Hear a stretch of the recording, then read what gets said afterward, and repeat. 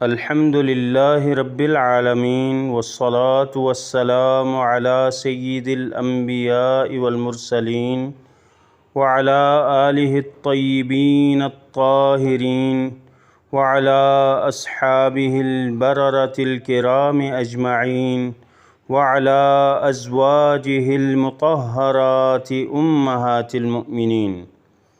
آج ہم سورہ بقرہ سے تفسیر کا آغاز کریں گے۔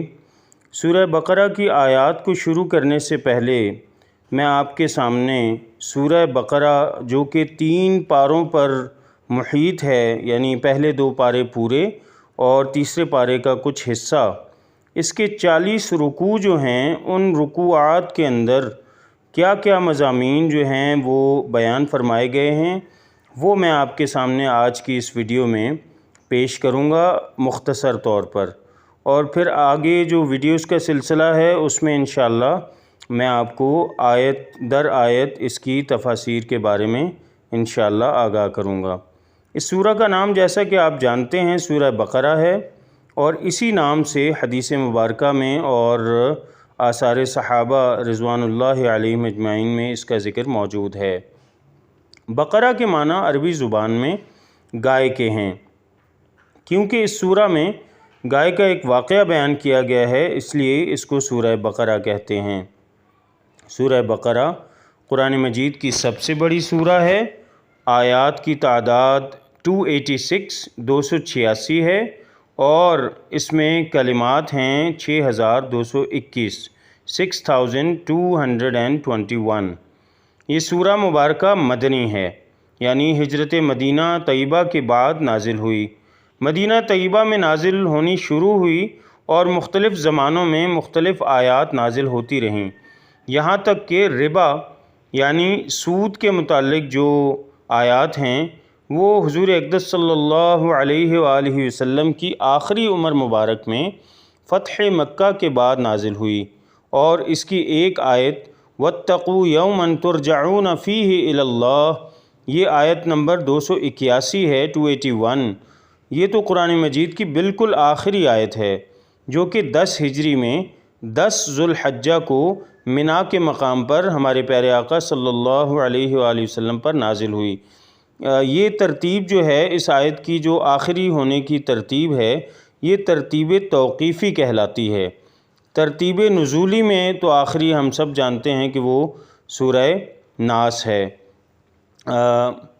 جبکہ ہمارے پیارے نبی صلی اللہ علیہ وآلہ وسلم حجۃ الوداع کے فرائض ادا کرنے میں مشغول تھے، اور اس کے 80-90 دن کے بعد ہمارے پیارے نبی صلی اللہ علیہ وآلہ وسلم کا وصال مبارک ہوا، اور وحی الہی کا سلسلہ ہمیشہ ہمیشہ کے لیے ختم ہوا۔ اس سورہ کے بہت سارے فضائل ہیں۔ سورہ بقرہ قرآن کریم کی سب سے لمبی سورہ ہے، بہت سے احکامات پر مشتمل ہے۔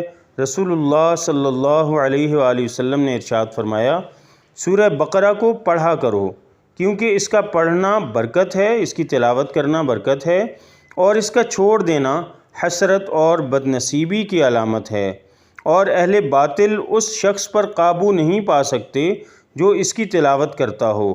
قرطبی رحمۃ اللہ علیہ نے حضرت معاویہ رضی اللہ تعالیٰ عنہ سے نقل کیا، اس جگہ اہل باطل سے مراد جادوگر ہیں، یعنی اس سورہ کے پڑھنے والے پر کسی کا جادو نہیں چل سکتا۔ حضور اقدس صلی اللہ علیہ وآلہ وسلم نے ارشاد فرمایا، جس کا مفہوم یہ ہے کہ جس گھر میں سورہ بقرہ پڑھی جائے شیطان وہاں سے بھاگ جاتا ہے۔ یہ اس روایت کو حاکم رحمۃ اللہ علیہ نے ذکر کیا ہے۔ اور رسول اللہ صلی اللہ علیہ وسلم نے ارشاد فرمایا، سورہ بقرہ سنام القرآن ہے اور ذروۃ القرآن ہے۔ سنام اور ذروہ کسی چیز کے اعلیٰ اور افضل حصے کو کہا جاتا ہے۔ اس کی ہر آیہ مبارکہ کے نزول کے وقت 80 فرشتے اس کے ساتھ نازل ہوئے۔ یہ ابن کثیر نے مسند احمد کی روایت کے ذریعے سے اس کو ذکر کیا۔ حضرت ابو ہریرہ رضی اللہ تعالیٰ عنہ کی ایک حدیث ہے، اس سورہ میں ایک آیہ ایسی ہے جو تمام آیات قرآن میں اشرف اور افضل ہے، اور وہ آیت ہے آیت الکرسی۔ حضرت عبداللہ ابن مسعود رضی اللہ تعالیٰ عنہ نے ارشاد فرمایا، سورہ بقرہ کی 10 آیتیں ایسی ہیں کہ اگر کوئی شخص انہیں رات کے وقت پڑھ لے سونے سے پہلے، تو اس رات کو جن یعنی جنات، شیطان گھر میں داخل نہیں ہوں گے، اور اس کو اور اس کے اہل و عیال کو اس رات میں کوئی آفت، بیماری، رنج و غم وغیرہ کسی قسم کی کوئی ناگوار چیز پیش نہیں آئے گی۔ اور اگر یہ آیات کسی ایسے شخص کو پر پڑھی جائیں یعنی دم کر دی جائیں کہ جو جس پر جنون کا دورہ پڑتا ہو یا بہت زیادہ غضب اور غصے کا شکار ہوتا ہو، تو انشاءاللہ اس کو بھی یہ آیات پرسکون کریں گی اور فائدہ دیں گی۔ وہ 10 آیات جو ہیں وہ 4 آیات شروع سورہ بقرہ کی، 3 آیات درمیانی یعنی آیت الکرسی اور اس کے بعد کی 2 آیتیں، اور پھر سورہ بقرہ کی آخری 3 آیات۔ میں دہرا دیتا ہوں، وہ 10 آیات یہ ہیں، 4 آیات شروع سورہ بقرہ کی، پہلی سورہ بقرہ کی 4 آیات، 3 آیات درمیان میں، کون کون سی؟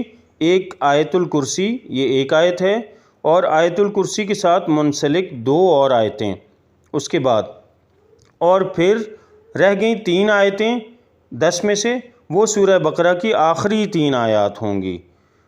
ابن عربی رحمۃ اللہ علیہ فرماتے ہیں کہ میں نے اپنے بزرگوں سے یہ سنا کہ سورہ بقرہ میں 1000 احکام ہیں اور 1000 ایسی چیزیں ہیں جن سے منع کیا گیا، 1000 حکمتیں ہیں، 1000 خبریں ہیں، 1000 قصے ہیں۔ قرطبی اور ابن کثیر رحمۃ اللہ علیہ نے اس روایت کو ذکر کیا۔ یہی وجہ ہے کہ حضرت عمر فاروق رضی اللہ تعالیٰ عنہ نے جب سورہ بقرہ کو تفسیر کے ساتھ پڑھا تو اس کی تعلیم میں 12 سال خرچ ہوئے، صرف سورہ بقرہ کی تعلیم میں 12 سال خرچ ہوئے ان کے، اور حضرت عبداللہ ابن عمر رضی اللہ تعالیٰ عنہ نے یہ سورہ 8 سال میں پڑھی۔ سورہ بقرہ میں سب سے پہلے یہ بیان کیا گیا کہ قرآن حکیم ان لوگوں کے لیے ہدایت ہے جن کے دلوں میں اللہ تعالیٰ کا خوف اور پرہیزگاری کا مادہ ہو۔ اس کے بعد یہ بتایا گیا کہ قرآن مجید سن کر 3 قسم کے لوگ پیدا ہوں گے۔ اول وہ جو مومن ہوں جو اس پر پورے دل سے ایمان لائیں، دوم وہ جو کافر ہوں جو اس کے مخالف ہوں، اور سوم وہ جو منافق ہوں جو ظاہری طور پر تو مان لیں گے لیکن دل سے اس کا انکار کریں گے۔ اس کے بعد سب سے پہلا حکم تمام انسانوں کو اللہ تعالیٰ کی عبادت کا دیا گیا، قرآن کریم کی سچائی ثابت کی گئی۔ چوتھے رکوع میں حضرت آدم علیہ السلام کی پیدائش اور ان کی خلافت ارضی یعنی زمین پر ان کو خلیفہ بنانے کے مستحق ہونے کا ذکر ہے۔ اس کے بعد ایک بڑے خاندان، ایک بڑی قوم کا ذکر ہے جس کو ہم بنی اسرائیل کے نام سے جانتے ہیں، اور یہ اس خاندان میں سینکڑوں نبی اور رسول پیدا ہوئے۔ اس خاندان کے حالات اللہ تعالیٰ نے سبق آموز طریقہ میں بیان فرمائے ہیں، اور ساتھ ہی یہ بھی فرمایا ہے کہ اپنی غلط حرکتوں اور خرابیوں کی وجہ سے، بد کرداریوں کی وجہ سے اور نافرمانیوں کی وجہ سے یہ قوم اللہ تعالیٰ کے نگاہوں سے کیسے گری۔ 5ویں رکوع سے 15ویں رکوع تک بنی اسرائیل ہی کی تاریخ کے کئی واقعات بیان ہوئے ہیں، مثلاً ان کے عہد و پیمان، کوہ طور پر جلوہ خداوندی، اور یوم سبت یعنی ہفتے کے دن کا واقعہ، گائے کا واقعہ، انبیاء علیہ السلام کے قتل کر دینے کے واقعات، سحر یعنی جادو کی ناپاک کوششیں، انبیاء علیہ السلام کی توہین کرنا، ان جیسی ناجائز حرکتیں، اور نجات اور بخشش کے غلط عقیدے بنانا۔ اور 16ویں رکوع سے پھر بنی اسرائیل کے مزید حالات، حضرت آدم علیہ السلام کی اولاد میں حضور اقدس صلی اللہ علیہ وآلہ وسلم کی عرب میں پیدائش کا ذکر ہے، ساتھ ہی خانہ کعبہ کا بھی ذکر ہے، اور اللہ کی راہ میں شہید ہو جانے والوں کے درجات بیان ہوئے۔ 20ویں رکوع میں اللہ تعالیٰ کی قدرت کے نشانات کا ذکر ہے، اور اس کے بعد حلال و حرام کی بحث ہے۔ سورہ بقرہ کے 20ویں رکوع میں ارشاد ہوا کہ حقیقی نیکی کیا ہے۔ اس کے بعد 26ویں رکوع تک قصاص، میراث، روزہ، دعا، حج، جہاد، اور اس کے ساتھ ساتھ اللہ کی راہ میں مالی قربانی کے مسائل اور احکام ذکر کیے گئے۔ 27ویں رکوع سے معاشرتی اور خاندانی زندگی کے مسائل شروع ہوئے، جیسے کہ نکاح، حیض و نفاس، طلاق، عدت، نکاح ثانی، بچوں کی تربیت، حق مہر وغیرہ۔ اور اسی طرح رکوع نمبر 32 میں پھر جہاد کا بیان ہے، اور مثال میں حضرت طالوت کا جالوت سے مقابلہ کا ذکر ہے۔ اللہ تعالیٰ نے فرمایا کہ فتح اور شکست سامان جنگ کی کمی اور کثرت پر منحصر نہیں، بلکہ اکثر چھوٹی فوجیں بڑے لشکروں پر غالب آ جاتی ہیں اللہ کے حکم سے۔ جو اللہ کے فرما بردار ہوتے ہیں اللہ ان کو فتح و کامرانی نصیب فرماتے ہیں۔ یہی ازل سے قانون چلا آتا ہے، یہی ابد تک رہے گا۔ 34ویں رکوع میں آیت الکرسی ہے، جس میں اللہ کا حی قیوم ہونا اور بہت سی دوسری صفتوں کا مذکور ہونا ہے، اور یہ کہ اسلام کے قبول کرنے میں کسی پر کوئی زبردستی نہیں ہے، کیونکہ اس کے دلائل اور خوبیاں اتنی واضح ہیں کہ اگر کوئی انکار کرتا ہے تو یہ اس کی بدبختی کی علامت ہے۔ اس کے بعد حضرت ابراہیم علیہ السلام کی زندگی کے چند سبق آموز واقعات مذکور ہوئے ہیں، اور 39ویں رکوع تک صدقہ و خیرات اور پرہیزگاری اور تقوی کے احکام ہیں۔ سود کی ممانعت کا ذکر آیا ہے، اور گواہی کے بارے میں ہدایات اور قوانین بیان کیے ہیں۔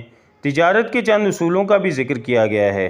سورت کے آخری یعنی 40ویں رکوع میں ایمان و اسلام کا خلاصہ اور پھر ایک انتہائی جامع قسم کی دعا بیان ہوئی ہے۔ اس دعا کے آخری الفاظ یہ ہیں: فَانصُرْنَا عَلَى الْقَوْمِ الْكَافِرِينَ، ہمیں کافروں کی جماعت پر برتری عطا فرما۔ یہ قرآن کی دعوت کا نتیجہ ہے۔ گویا قرآن کریم کی تعلیم سے جو قوم پیدا ہوگی اس کے ذریعے سے اللہ تعالیٰ کا قانون کفر پر غالب آ جائے گا۔ یہاں اللہ تعالیٰ کو ماننے والی قوم اور نہ ماننے والی اقوام کا انجام بھی بتایا گیا۔ مومن کامیاب ہوں گے اور منکر اور کافر مغلوب اور ناکام رہیں گے۔ سورت کا خاتمہ گویا انہی الفاظ پر ہوا ہے جہاں سے وہ شروع ہوا تھا۔ یہ بات نہیں بھولنی چاہیے کہ یہ خلاصہ جو میں نے بیان کیا ہے یہ محض تمام مضامین کا ایک تصور اور ایک مختصر سا خاکہ ہے، ورنہ اللہ رب العزت کے کلام کے حقائق، اس کے کمالات، اس کی وسعت چند لفظوں میں بیان نہیں ہو سکتی، یہ ممکن ہی نہیں ہے۔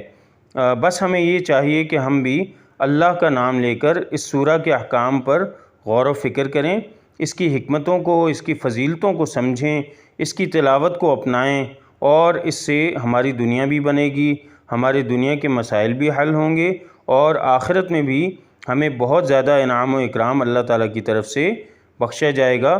بس ضرورت اس بات کی ہے کہ ہم اس کے احکامات پر عمل کرنے کے لیے کمر بستہ ہو جائیں۔ حقیقت میں اس کا مقصد ہمیں صرف اور صرف اپنے آپ کو یاد دہانی کروانا ہے، اپنے اعمال درست کرنے کی کوشش ہے۔ اللہ تعالیٰ مجھے بھی اور آپ کو بھی اس کی توفیق عطا فرمائے۔ وآخر دعوانا ان الحمد للہ رب العالمین۔